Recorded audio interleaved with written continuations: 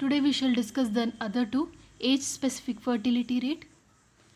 Age-specific fertility rate is a measurement of fertility for specified age group of females of the childbearing age. So age-specific fertility rate is defined as the average number of live births occurring to 1000 women population of a specific age group in a year. The formula for age-specific fertility rate is given by number of live births in a specified age group in a year divided by total number of females in that particular age group in a year into 1000. Here we take the specified age group, we find the number of live births to the females of that age group divided by the total number of females into 1000. Now example here, the ASFR is calculated for the age group of 20 to 29, a specified age group we mention here. ASFR which are computed for age groups of width 5 years are called quinquennial age specific fertility rates. Thus, like ASFRs for the age group like 15 to 19, 20 to 24, the width is 5 years, right? Like 15, 16, 17, 18, 19, 5 years, like 20, 21, 22, 23, 24, 5 years age gap is there. So such calculated ASFRs are called quinquennial age specific fertility rate. Next, the merits of age specific fertility rate. It is simple to understand and easy to calculate. It is used in the computation of total fertility rate. It can be used for comparison of fertility rate among the age groups in the same population. It considers both age and sex composition of the population. Here the sex is the female sex and the age for each age we will be calculating. Some of the demerits are, it cannot be used for comparison of fertility of different population. It does not indicate the growth of population due to births. We shall see one example to calculate the age specific fertility rate. The age group is given of the width 5 years here, 15 to 19, 20 to 24 up to 45 to 49. And the female population for the specified age group is given and the number of live births is given. We have to calculate the age specific fertility rate. The formula is number of live births to females of the age group. Of each age group we have to calculate. First we'll calculate the first one, 15 to 19th age group, divided by total number of females of the age group 15 to 19 into 1000. Number of live births to the female of age group 15 to 19 is 1392, divided by the total females is 58,000 into 1000, that is 24. So for the age group of 15 to 19, the ASFR is 24. Similarly, we calculate for all the age group from 20 to 24, 25 to 29 up to 45 to 49. This table shows the ASFR for each age group. For 15 to 19 it's 24, 20 to 24 it's 115, like that up to 45 to 49 you get 1.5. The next one is total fertility rate. Total fertility rate is used for the comparison of fertility of different population. Total fertility rate of a population in a year is defined as sum total of annual age specific fertility rate. This is nothing but the age specific fertility rate of each age group is calculated and it is added. The age group from 15 to 49, that is the fertility rate age, right? So from 15 to 49 each ASFR is calculated and it is added.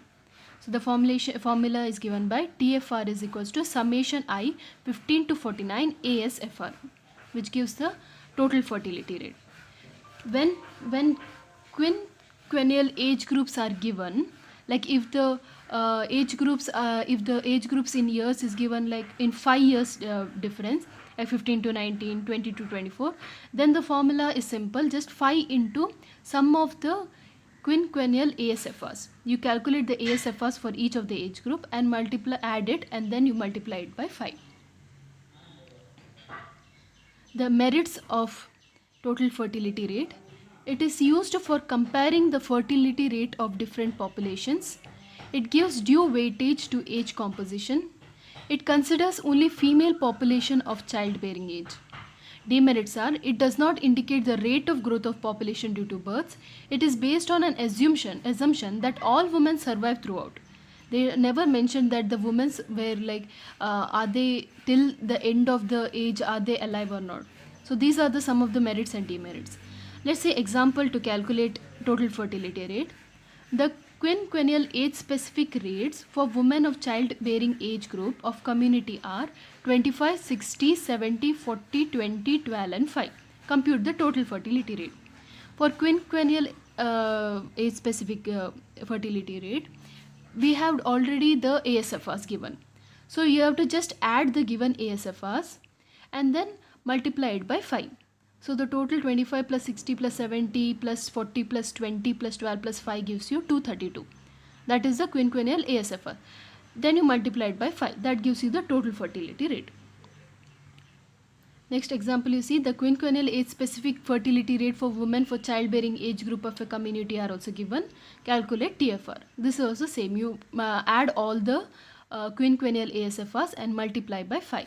That is 2565 children per 1000 women.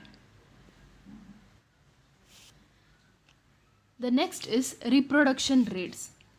The fertility rates are unstable for giving an idea of the rate of growth of population because they ignore the sex of the newly born children and their mortality rate. If the majority of these births are boys, then the population is bound to decrease, while the population will increase if the majority of the births are girls. If mortality is ignored, we may not get the correct rate of growth of population because it ignores the death of the female children before reaching the childbearing age. So for measuring the rate of growth of population, we calculate the reproduction rates. Reproduction rates are of two types: gross reproduction rate and net reproduction rate. Now what is gross reproduction rate?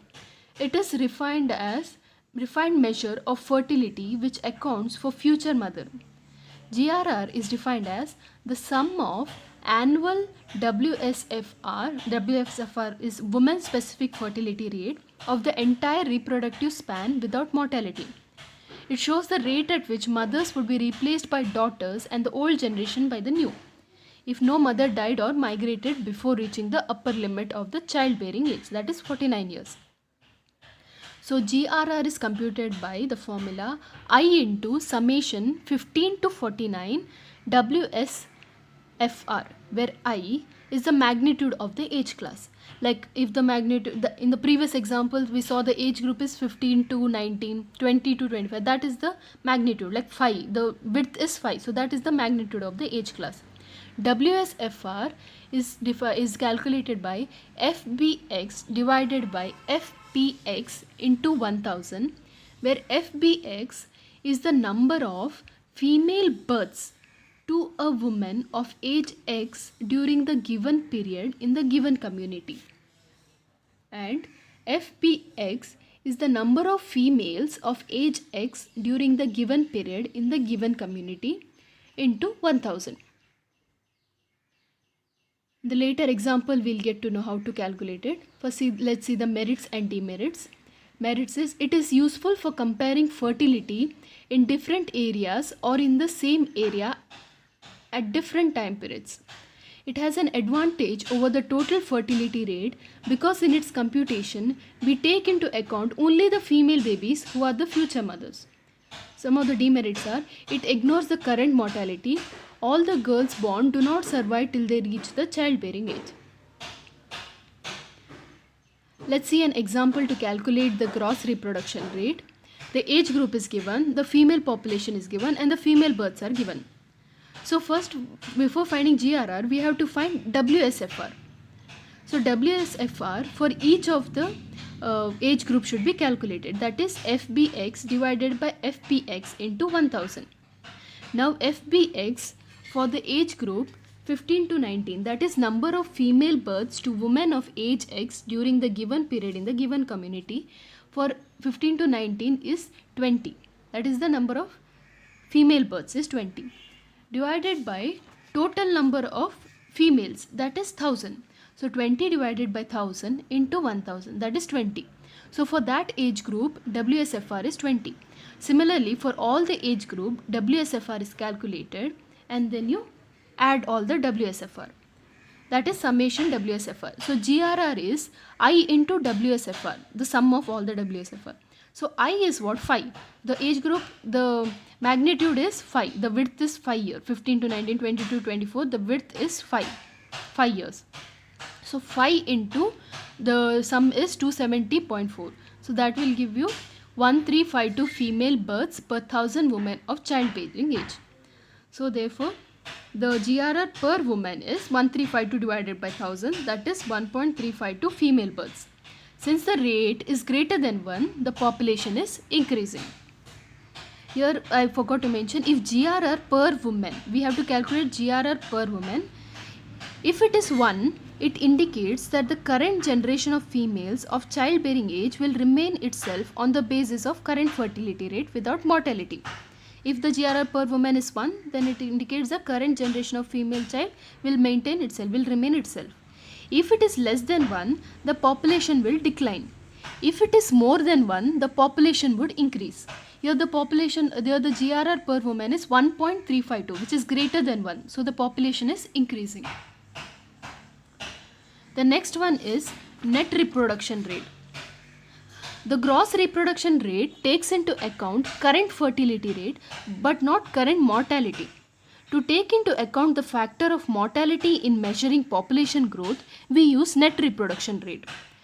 Net reproduction rate is defined as the average number of daughters that would be born to a female if she passed through her lifetime, conforming to the age-specific fertility rate and mortality rates of the given year.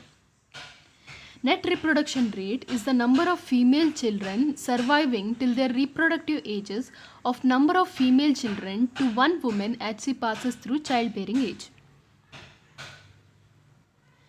Net reproduction rate cannot exceed GRR for the reason that in this calculation we also take into account mortality.